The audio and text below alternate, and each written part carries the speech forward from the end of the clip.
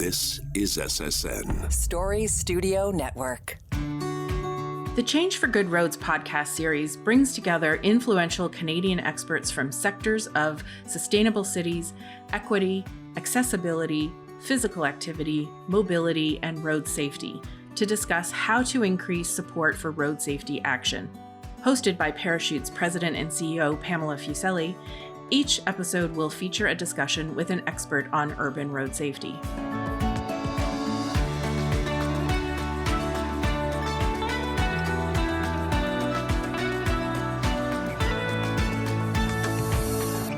Today, we're exploring the importance of active transportation, which contributes to physical, mental, and social well-being as a key component of healthy, active, and safe urban roads. Improving road safety contributes to a road safety dividend, or a surplus of positive outcomes that contribute to global health and well-being. Road safety improves when we reduce motor vehicle traffic through strategies such as improved access to public transit, dedicated bike infrastructure, walkable and more connected neighborhoods, and slower, more controlled traffic. All of these provide other benefits to communities. What does this all mean? Well, changing our urban built environments to support and encourage walking for transportation positively impacts physical activity, mental health, chronic disease, and injury. Increases in active transportation in urban communities can contribute to a reduction in air pollution, which affects the overall health and well-being of communities. Greater walkability and active transport opportunities in urban areas can also improve economic development, with pedestrians having greater access to local businesses and enterprises. Joining me today is Dr. Lee Vanderloo. Dr. Vanderloo received her PhD in health promotion from the University of Western Ontario in 2016. Dr. Vanderloo's area of research focuses on the objective measurement of young children's physical activity levels and sedentary time. Her research interests also extend to knowledge translation and implementation science. Currently, Dr. Vanderloo is working as the scientific director at Participaction and recently completed her research fellowship at Sick Kids Hospital in Toronto, where her research examined the association between physical activity and sedentary time with various health outcomes in young children, namely mental health and cardiometabolic risk. Dr. Vanderloo, Lee, thanks for being part of Parachute's Change for Good Roads podcast. Thanks so much for having me, Pam. I'm happy to be here. Great. To start us off, can you talk about why physical activity is important for Canadians? Yeah, absolutely. So I think, almost instinctively when we think of physical activity, we kind of go immediately to the physical benefits. So we think of improved heart health, muscular and bone strength, healthy body weight promotion, which are certainly great outcomes of living a physically active life.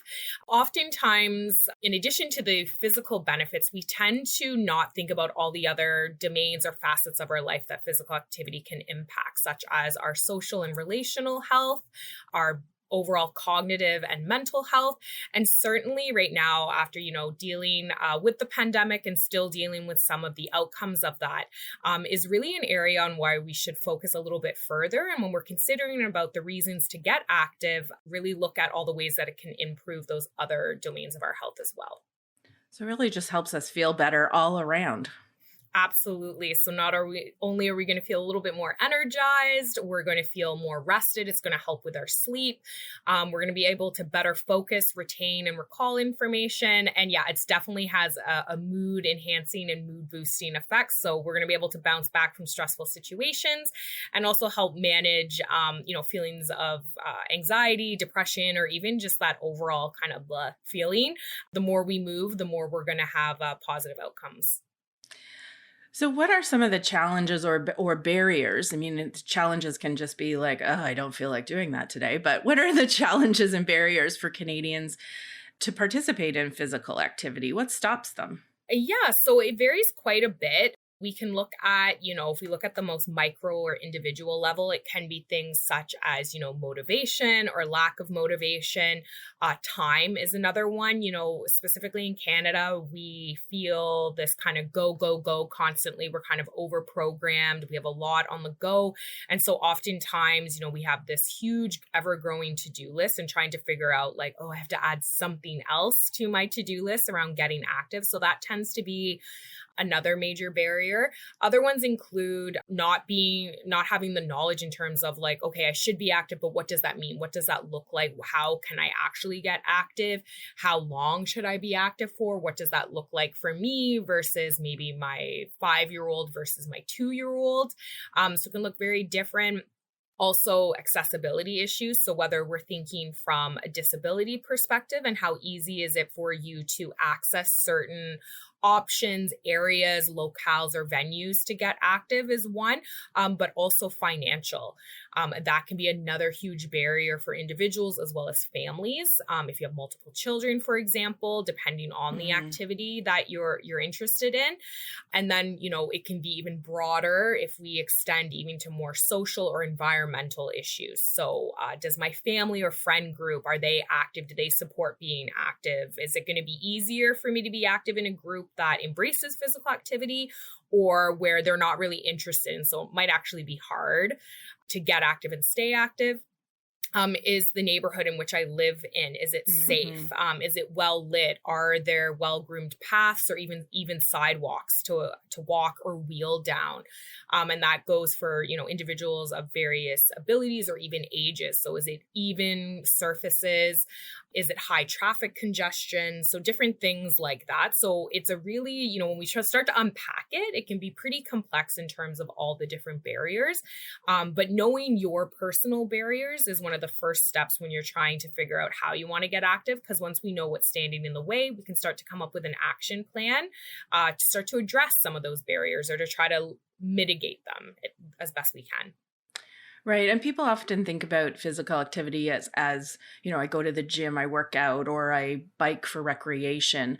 Some of those types of activities you've addressed in those barriers, but physical activity also has a role in transportation. And sometimes that's the barrier, as you said, the roadways between you and the recreation or the physical activity that you want to be. But so how does active travel break down some of those challenges and barriers to participating in physical activity?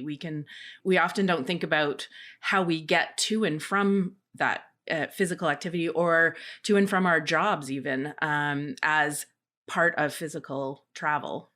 Yeah, no, active transportation or active commuting is such a great example, Pam, because oftentimes we think about getting active as exercise and that it can only happen in a gym or maybe a sports setting. And the reality is that physical activity is actually defined as any bodily movement. If you're someone who likes to get active in a gym, stick with it. If you're someone like myself, I don't really thrive in that environment. So anything that gets me outdoors is definitely, right, somewhere where I'm going to stick with. And when it comes to physical activity, it's a behavior we want people to repeat. So I would say go with somewhere where you feel safe, where you're happy and you're more likely to get active. The great thing about active transportation is that when we're working with people in terms of trying to help support more active behaviors, one of the easiest things to do is to look at your regular daily schedule that you already have and look for ways to creatively sneak in a bit more movement. And this is where active transportation really comes into play. And that, like you said, most people don't even consider that as part of their physical activity. So if we're aiming for adults 150 minutes of moderate to vigorous physical activity per week, and you have the opportunity to say even, a 10-minute commute to and from work or maybe mixed mode transportation. So maybe you take public transportation for half the way. So you got to walk or wheel to and from the stops. It's cumulative. So it all adds up and is going to help you do that. The great thing about active transportation is that it's not even something you necessarily have to think about. It's just a great option to get you, like you said, from point A to point B. But the bonus is that we're using our own body's energy to get us there. And it's a great, easy way to sneak in a little bit more movement. throughout your day, which really does contribute to you living a more active and less sedentary life. And plus, it's good for your mental health. And it also has some really positive benefits from an environmental health perspective as well. Yeah, I think integrating that into your regular daily activities is something that then you don't even have to think about it, but it's a way to increase the amount of time that you are physically active over the day. Yeah, absolutely. I mean, when you're someone who's looking to first get active, one of the best, pieces of advice is that something's better than nothing. More is always better. So if all you're getting in the day is maybe just those 2 10-minute bouts of how you commute, or maybe it's a little bit longer, then you're golden. That's a first step. You're getting something in throughout your day. And as you start to become more active or get a little bit more, feel a little bit more confident in the movement that you're doing or how you're navigating your schedule, you can start to add a little bit more.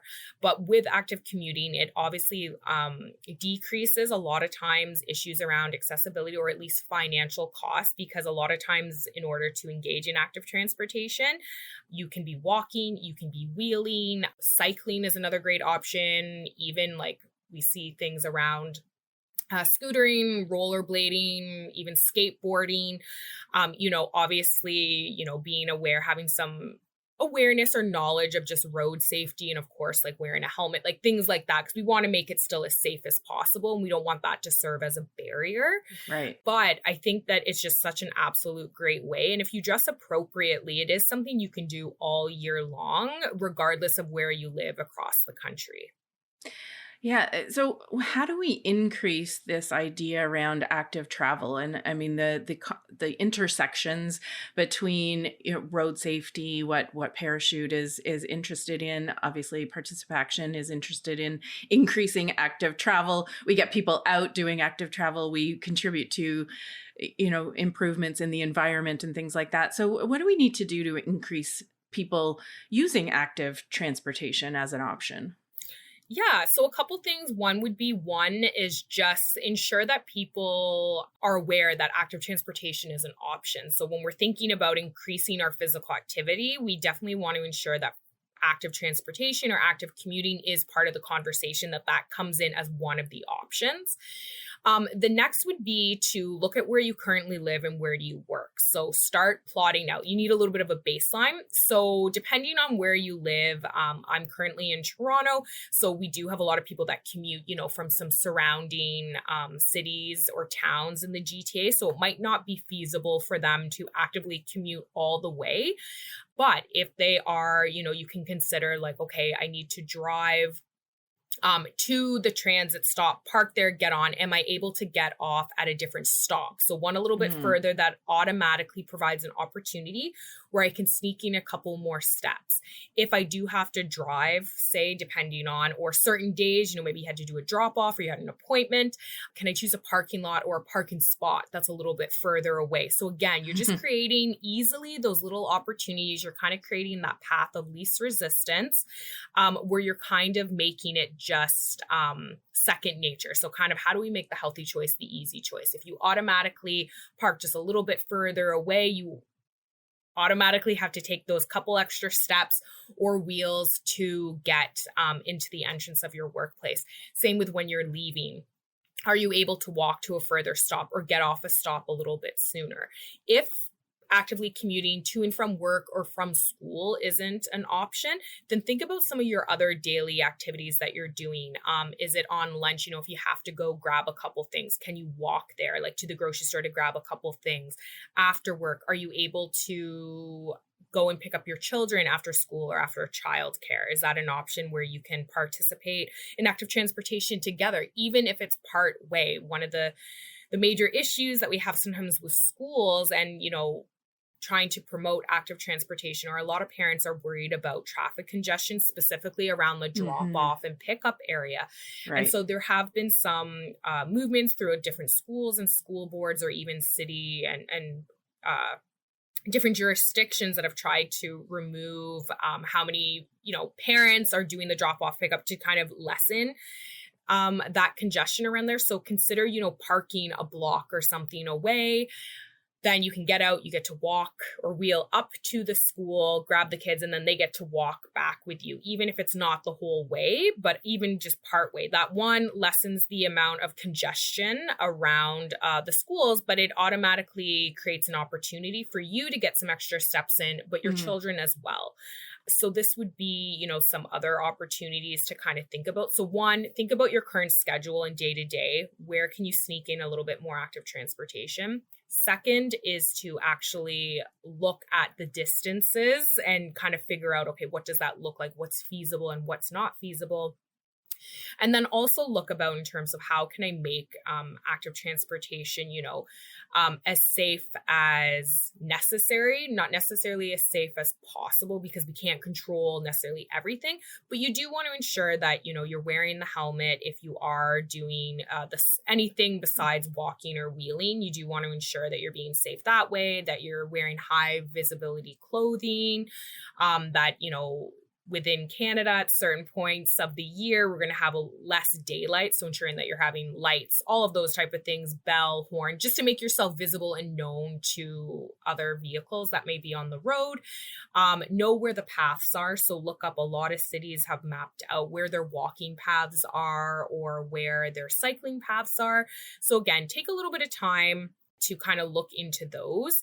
When it comes to helping to promote physical or active transportation with children, I think a lot of parents want to ensure that their kids are being as, safe. And so I know sometimes there's hesitation in terms of letting their kids commute actively to and from school. And so, depending on the options available to you, could be, walking with them to and from school a couple times so they get familiar to the path. Take that opportunity to educate and build awareness with your children around following rules of the road, safety in terms of cross only at designated crossing areas, look for a crossing guard, different things like that. So they are aware of how to, responsibly and safely navigate their commute to and from school, or even if it's to a friend's house. So those would be some couple initial tips in terms of, if you're thinking about integrating a bit more active transportation or active commuting into your day for yourself or for your family, those would be kind of those initial starting points. And you touched on, the next question I have is around, there's the perception, but there's also the reality in neighborhoods that active transportation, walking, cycling is not safe. There isn't the infrastructure there. There aren't the crosswalks or crossing guards or even sidewalks in some cases. What kind of interventions are needed or are working in communities to help people with that, both the perception, but also the reality in some neighborhoods to make it safer for people to make that choice? Yeah, absolutely. So a couple examples that I know have been working well at different areas across Canada. So there's been in the GTA as well as out west. So in Alberta, certainly there's been examples of, say, walking school buses, where in areas where, it might be considered a little less safe, or especially in suburban neighborhoods where they're kind of built, they don't always have sidewalks. Traffic might not be super heavy, but still the infrastructure from the land utilization might not necessarily be designed for active commuters. And so with these active or these walking school buses, as long as you have the school on board and you have some parent volunteers that are able to do this, this is a great option to use to help collect children along the way. You're walking as a group, so they're not walking alone. Everyone's getting picked up, so you're automatically getting those opportunities to sneak in a bit more movement before and after school. So those have been some examples that have worked. There's been some groups that have really championed that, and it's really worked nicely. It takes a little bit of coordination, of course, with the parents. and the schools so that they're aware. But if the timing's right and you kind of got the right things in place, that's been something. Other ones that I've seen work in Montreal, for example, they have designated some streets as just like pedestrian only or cycling only. So they've just actually made certain roads within these suburban areas or even other streets for certain days of the week or after certain hours of just either low traffic zones or no traffic zones.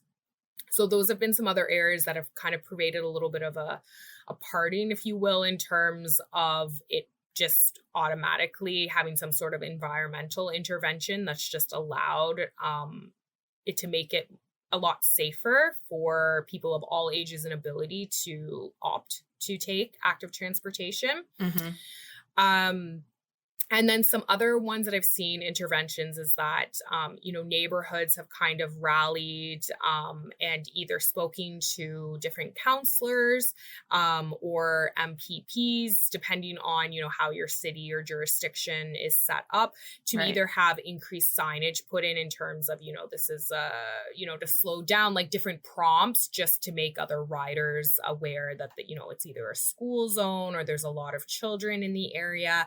In general, just to watch traffic. There's other intervention I've seen in terms of this speed monitors that they've had in place. Just again, a prompt. Sometimes we don't know when we're going through even a residential area how fast we're actually going. And so some of those are just that automatic kind of prompt of being like, ooh, okay, maybe I need to take it down a couple notches. So that the addition of speed bumps or speed humps are other things that I've seen integrated into more residential areas, especially on some of those main arteries within those neighborhoods, to again try to slow down traffic. Again, requires a little bit of coordination and some communication with kind of leaders within those communities. But those are some things that I've definitely seen work well.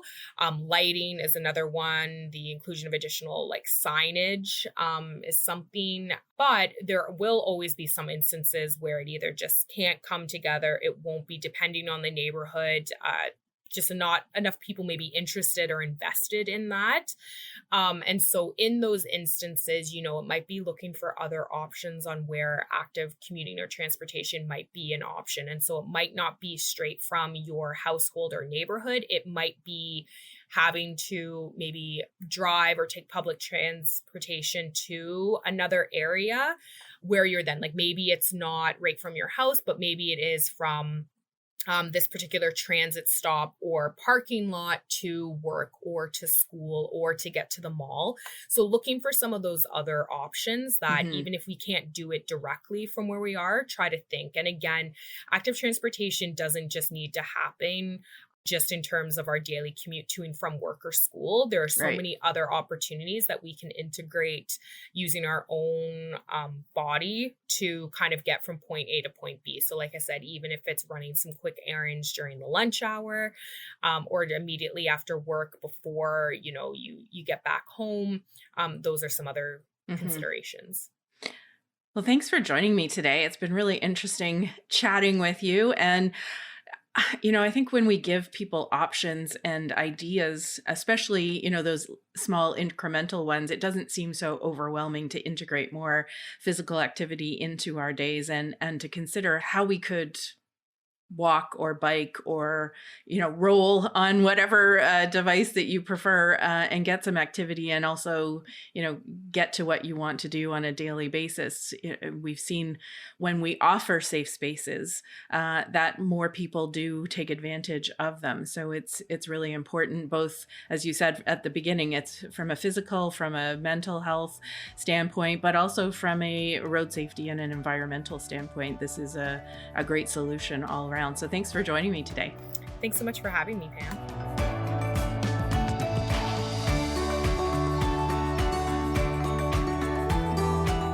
Thanks so much for listening to this episode.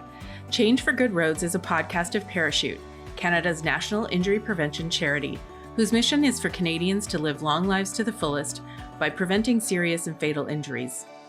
We release episodes of this podcast monthly on the second Tuesday of the month. Change for Good Roads is made possible through the generous support of our road safety partner, Desjardins Insurance. On the next episode, we'll be talking about multimodal transportation and road safety. You can find the Change for Good Roads podcast on Spotify and Apple iTunes. Make sure to use the hashtag #ChangeForGoodRoads when you share the podcast with others on social media or by sending a link out to your networks. Subscribing to the podcast and giving it a 5-star review wherever you listen to podcasts will also help listeners find this podcast. This is Story Studio Network.